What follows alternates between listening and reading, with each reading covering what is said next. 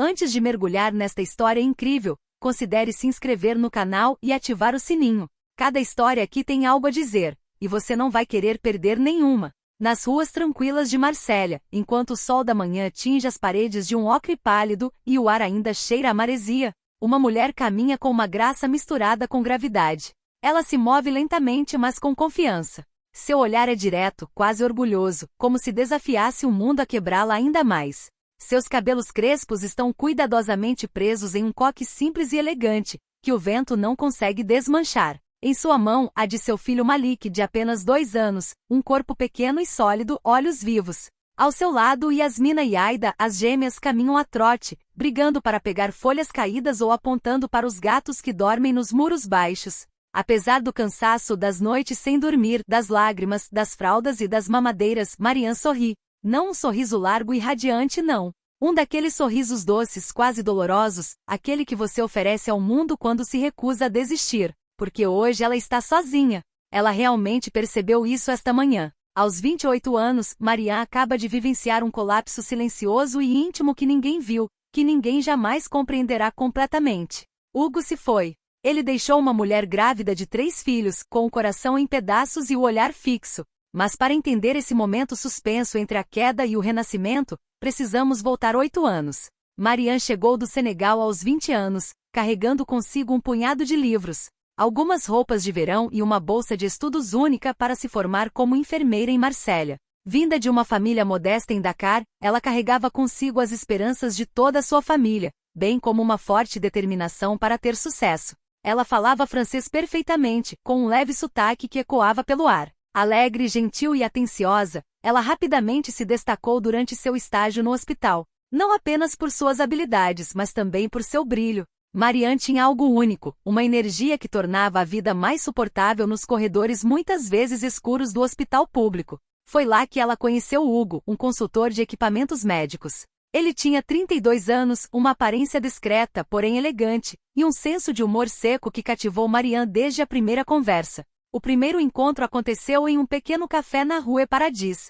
Ele a ouviu falar sobre sua infância em Rufisque, sobre sua avó que preparava Thierry Bourdieu e sobre seus sonhos de ajudar os outros. Hugo, filho único de uma família burguesa e discretamente racista, nunca conhecera uma mulher como ela. Ela não era apenas bonita, era viva, inteira, imprevisível, e acima de tudo, ela o amava com uma sinceridade rara. Contra os conselhos dos amigos, contra o silêncio da mãe, contra os comentários desajeitados dos colegas, ele se comprometera com aquele relacionamento. E Marianne acreditava nisso, com todo o seu ser. Juntos, eles enfrentaram os olhares, os sussurros, as pequenas humilhações, os papéis administrativos que às vezes são mais difíceis de obter quando se tem pele negra. Mas eles se amavam. De verdade. Então, quando Marianne engravidou, pensou que seria mais uma vitória. Um ponto culminante.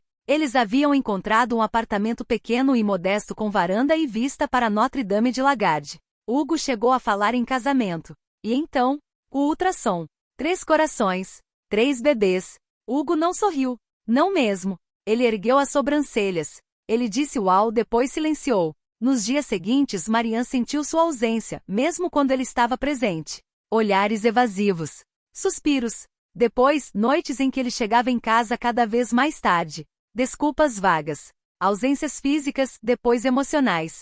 Certa manhã, Marianne acordou e encontrou uma carta na mesa de centro, ao lado da xícara de café vazia. A carta dizia simplesmente: não estou pronto para esta vida. Sinto muito. Nem mais uma palavra. Nem uma ligação. Nem uma mala sobrando. Ele assumiu tudo, menos sua responsabilidade. Ele havia fugido. Ele havia traído. Ele escolheu o caminho mais fácil. E Marianne agora tinha que criar 3 filhos sozinha, em um país onde ela não tinha o nome certo, a cor certa ou os documentos certos. Mas ela havia se reerguido. Não tivera escolha. Porque quando se é mãe, o luxo do colapso dura apenas um instante. É preciso seguir em frente. Pelos filhos. Para sobreviver. Para dar a eles uma vida melhor do que a que você teve. Os meses que se seguiram ao abandono de Hugo foram de uma violência silenciosa, insidiosa, como uma chuva fina e gelada que nunca para. Marianne deu à luz numa manhã de inverno em um quarto de hospital, sem mãos para segurar, sem olhos para encorajá-la. Apenas uma parteira compassiva que apertou sua mão e sussurrou: você é mais forte do que pensa. E ela estava. Ela deu à luz Malik, o primeiro a chorar, o mais agitado, o mais curioso. Depois Yasmina, calma, quase séria desde os primeiros segundos, como se já tivesse entendido tudo. E finalmente Aida, mais frágil, tão pequena que assustava as enfermeiras, mas com uma mão que agarrava o dedo da mãe com uma força desconcertante. 3 bebês. 3 corações pulsantes. 3 almas inteiramente dependentes dela. As primeiras semanas foram um turbilhão de fadiga, lágrimas, trocas de fraldas e mamadeiras para preparar a qualquer hora do dia ou da noite. Dormir tornou-se um luxo, uma ficção. Marianne não dormia mais, cochilava em intervalos de 10 minutos, entre choros, entre canções de ninar. Seus braços estavam pesados, suas costas doloridas, seus nervos tensos como cordas prestes a se romper. Mas ela não terminou. Ela não conseguiu. Seu sonho de se tornar enfermeira foi abruptamente adiado porque os estágios não combinavam com sua agenda agitada. Mas para sobreviver, ela conseguiu um emprego como auxiliar de enfermagem noturna em uma casa de repouso. De dia, ela cuidava das crianças, à noite dos idosos. Ela não se importava mais consigo mesma. Ela vivia para eles. Nenhuma família próxima. Seus pais no Senegal faziam o que podiam à distância, alguns telefonemas, palavras de incentivo. Mas ninguém podia cuidar das crianças. Ninguém para vir ajudá-la às 3 da manhã, quando 3 bebês choravam ao mesmo tempo. Os vizinhos, na melhor das hipóteses, olhavam para ela com pena. Na pior, com desconfiança. E ainda assim, todas as noites antes de dormir, se é que desabar num sofá manchado de leite pode ser chamado de dormir, Marianne cantava. Uma antiga canção de Ninar Wolof, passada de geração em geração por sua mãe. Ela embalava as crianças murmurando essas palavras suaves, quase mágicas, até que suas pálpebras se fechassem uma a uma. Mesmo quando já não tinha mais voz, mesmo quando seus braços tremiam de fadiga, ela cantava. Porque era o ritual deles. Porque essa era a conexão deles. Porque ela queria que eles fossem dormir se sentindo amados, não abandonados. Ela nunca falava do pai com ódio. Nunca o xingou na frente deles. Mesmo quando a geladeira estava vazia. Mesmo quando chorava sozinha no banheiro para não preocupá-los. Quando faziam perguntas, ela sempre respondia com aquela dignidade que a caracterizava. Ele partiu para viver outra vida. O porquê, mãe? Às vezes as pessoas têm medo do que não entendem. E então um dia, quando eles tinham 6 anos, Yasmina, a mais lúcida, a mais direta, questionou com a voz trêmula. Mãe, ele sabia que estávamos chegando? Marianne respirou fundo. Largou a roupa que estava dobrando, sentou-se entre eles e respondeu, com os olhos brilhando, mas sem raiva. Sim, minha querida. Ele sabia. Mas tinha medo. Não de você, dele mesmo. As crianças cresceram na pobreza, é verdade. Sem férias de esqui, sem consoles de videogame de última geração, sem lanches industrializados como as outras crianças. Mas também cresceram sob a luz de uma mãe invencível. Malik, um sonhador, passava as noites desenhando casas com telhados curvos e janelas floridas. Ele queria construir espaços para pessoas como sua mãe, onde ninguém dorme em um sofá duro. Yasmina, brilhante e exigente consigo mesma, jurou que um dia curaria corações partidos. Ela lia livros de medicina aos 12 anos e defendia o irmãozinho como uma leoa. Aida, a mais gentil, escrevia em cadernos secretos. Poemas sobre a chuva, sobre o silêncio, sobre a mãe. Aos 10 anos, ela já compreendia a tristeza do mundo, mas também a sua beleza. Eles nunca tinham visto o pai. Sem fotos. Sem ligações. Sem cartões de aniversário. Mas eles tinham o essencial. Uma casa modesta onde o amor transbordava por todas as paredes, onde as discussões eram resolvidas com canções, onde os abraços nunca faltavam. E mesmo que lhes faltasse algo, eles sabiam que nasceram de uma mulher que escolheu amá-los, mesmo quando seu pai decidiu fugir. Hugo, ele tinha apagado tudo. Pelo menos, ele tentou. Em seu pequeno apartamento no centro de Lyon, tudo era limpo, organizado e tranquilo. Ele morava com Clara, uma mulher gentil e discreta que não fazia muitas perguntas. Sem filhos. Sem desejos. Um relacionamento simples e funcional. Eles compartilhavam jantares sem graça e assistiam a séries intermináveis. Aos amigos, Hugo repetia sempre a mesma frase, com aquele meio sorriso que se adota para evitar conversas muito pessoais. Filhos? Não, eu nunca quis. Não fui feita para isso. E todos concordaram. Porque era mais fácil do que cavar. Mas todo ano, no dia 15 de junho, uma tensão surda se instalava em seu corpo. Uma dor alojada em algum lugar entre o estômago e o coração. Ele acordou cedo, com os lençóis úmidos de suor e as mãos trêmulas. Naquele dia, bebeu mais café do que o habitual. Evitou espelhos. Evitou Clara. Ele nunca esqueceu a data. O aniversário dos trigêmeos. Hugo nunca mais viu Marianne. No começo ele nunca respondeu às raras mensagens dela. Mas às vezes, tarde da noite, ele digitava o nome dela em um mecanismo de busca. Marianne Sagna. Então, Malik Sagna. Yasmina Sagna. Aida Sagna. E toda vez que os resultados apareciam, ele fechava a aba antes de clicar. A vergonha era muito pesada. O medo também. Até que um dia tudo mudou. Numa manhã como qualquer outra, enquanto desbloqueava o telefone para verificar a previsão do tempo, uma notificação apareceu. Yasmina Sagna, vencedora do concurso científico nacional. Ele chorou. Relutante. Ele quase pulou para fora. Abaixo da manchete, uma foto. Uma jovem negra ereta como uma flecha em um anfiteatro com um troféu na mão. Atrás dela, duas outras jovens muito parecidas com ela, e uma mulher mais velha com um sorriso discreto, mas orgulhoso. Marianne. O coração de Hugo deu um pulo. O passado que ele pensava estar enterrado, saltou sobre ele com a violência de um tapa. Os olhos de Yasmina lembravam os seus próprios. A postura da cabeça de Aida era a de Marianne. E Malik, o garoto no fundo, ele tinha ombros. Durante horas ele ficou sentado no sofá com a foto aberta congelado. Ele pensou no que havia perdido. Cada Natal. Cada primeiro passo. Aniversários. E sobretudo a covardia da sua partida. Não foram apenas 3 crianças que ele abandonou. Era uma parte dele. Poucos dias depois, movido por uma mistura confusa de culpa, remorso e curiosidade, ele comprou uma passagem para Marsella. Ele esperava qualquer coisa, menos que a casa fosse a mesma. Pequeno, modesto, um prédio com persianas azuis ligeiramente descascadas. Uma caixa de correio com o nome Sagna escrito à mão.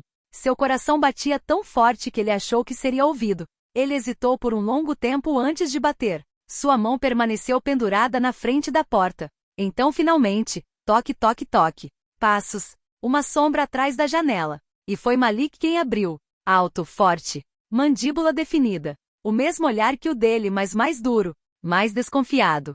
Sim? Hugo sentiu a garganta ficar dormente. Ele gaguejou como uma criança pega roubando. Eu sou o Hugo. Sou seu pai. O silêncio caiu como um manto de chumbo. Malik não respondeu. Encarou-o por um longo tempo. Então, sem dizer uma palavra, virou a cabeça para dentro. Comparece. Poucos momentos depois, Yasmina e Aida aparecem. E atrás delas, Marianne. Ela está ali. Certo. Silenciosa. Ela tem um lenço amarrado elegantemente na cabeça e um avental na cintura. Ela fica paralisada na porta. Seu olhar se desloca de Hugo para os filhos. Ele envelheceu. Cabelos grisalhos nas têmporas. Costas mais arqueadas. Um olhar carregado de anos e arrependimentos. Mas é ele definitivamente. Ela não chora. Ela não grita. Ela simplesmente pergunta com uma voz calma, quase gélida. O que você está fazendo aqui? Hugo olha para baixo. Ele não tem mais forças para fugir. Sente a vergonha sufocando-o. Desculpa. Eu fui covarde. Não vim pedir perdão. Sei que não mereço. Eu só queria te ver. Uma vez. E te dizer que você cresceu sem mim, mas que eu penso em você todos os dias. As crianças não sabem o que dizer. O silêncio é pesado. Tecido por 20 anos de vazio, de espera silenciosa, de perguntas sem respostas. Aida, a mais sensível, começa a chorar. Suas lágrimas fluem silenciosamente, como se ela estivesse de luto pela imagem de um pai que nunca teve, aquele que inventou para si mesma em noites de dúvida. Ela olha para Hugo, mas não é um pai que vê, é a encarnação de uma ausência. Yasmina rende os dentes. Seu olhar é seco, duro, quase ardente. Ela se construiu em uma raiva silenciosa, na rejeição daquele rosto que tantas vezes imaginou, desejou e depois apagou. Ela desconfia. Ela julga. Ela mantém distância, como se para evitar reabrir uma ferida que ela mesma fechou. Malik, no entanto, permanece de pé e em silêncio. Ele cruza os braços, mas não desvia o olhar. Ele quer ouvir, quer entender, mas mantém a mão na porta caso precise fechá-la. Ele fala primeiro com voz firme. Nós ouviremos você, mas não lhe devemos nada. Sem perdão. Sem atalhos. E Hugo concorda. Ele não esperava nada menos. Ele se senta. Ele fala, hesitante. Honesto, cru. Ele relata seu medo, sua fuga, sua mentira, seu vazio interior. Marianne, por sua vez, permaneceu em segundo plano durante toda a cena. Ela observa calma, silenciosa, como se seu corpo estivesse ali, mas sua mente estivesse um pouco mais distante, em um lugar onde Hugo jamais poderia entrar. Ela não chora. Ela chorou muito por esse homem. Lágrimas de traição, humilhação, solidão. Mas hoje, ela não consegue conter as lágrimas. Antes de sair, Hugo entrega a Marianne uma carta cuidadosamente dobrada. Ele não olha para ela quando entrega o presente. Ela não lê imediatamente. Ela espera que a casa adormeça, que o riso diminua, que a noite envolva tudo. No silêncio do seu quarto, ela abre o envelope. A escrita de Hugo é trêmula e irregular. As palavras pesam muito. Ele fala de seus arrependimentos profundos e irreversíveis. De seus sonhos arruinados, uma família que ele nunca teve coragem de assumir. Dos seus pesadelos, em que houve crianças chamando-o pelo primeiro nome, sem nunca o chamarem de pai. E no final, você foi 1000 vezes mais forte do que eu. Você levantou 3 tesouros. Você fez tudo sozinho. Você é a única heroína nesta história. Marianne fecha a carta lentamente. Ela o dobra com cuidado e o guarda em uma gaveta da comoda. Não por maldade. Pela paz. Então ela se levanta e vai até a janela. No jardim, as crianças riem juntas, como sempre fizeram. Uma bola é passada de uma mão para a outra. O sol se põe suavemente, banhando a cena em ouro e ternura. Ela sorriu. Não um sorriso amargo. Um sorriso completo. Reparado. Orgulhoso. Hugo volta às vezes. Ele não se impõe. Ele bate antes de entrar. Ele traz um bolo, um livro, uma lembrança desajeitada. Ele envia mensagens de aniversário, conquistas acadêmicas ou apenas um olá. Ele nunca será um pai no sentido mais forte, aquele que vigiava, nutria, protegia. Mas ele está aqui, atrasado, hesitante, sincero. E às vezes isso é suficiente. Não para apagar, mas para existir. E Marianne? Ela nunca deixou de amar. Não Hugo, mas a vida. Seus filhos. Ela mesma. Ela aprendeu a se amar mais, a se manter firme nas tempestades, a construir uma dignidade que ninguém poderia tirar dela. Ela nunca precisou de um homem para provar seu valor. Seus filhos são sua vitória. Elas são a prova viva de que o amor de uma mãe pode ser suficiente para construir um império, mesmo sem um castelo. Eles são os pilares da sua reconstrução, os frutos da sua coragem, as estrelas das suas noites sem dormir. E o mundo de hoje está começando a vê-lo como que sempre foi. Uma rainha silenciosa, forjada no abandono, mas coroada pelo amor.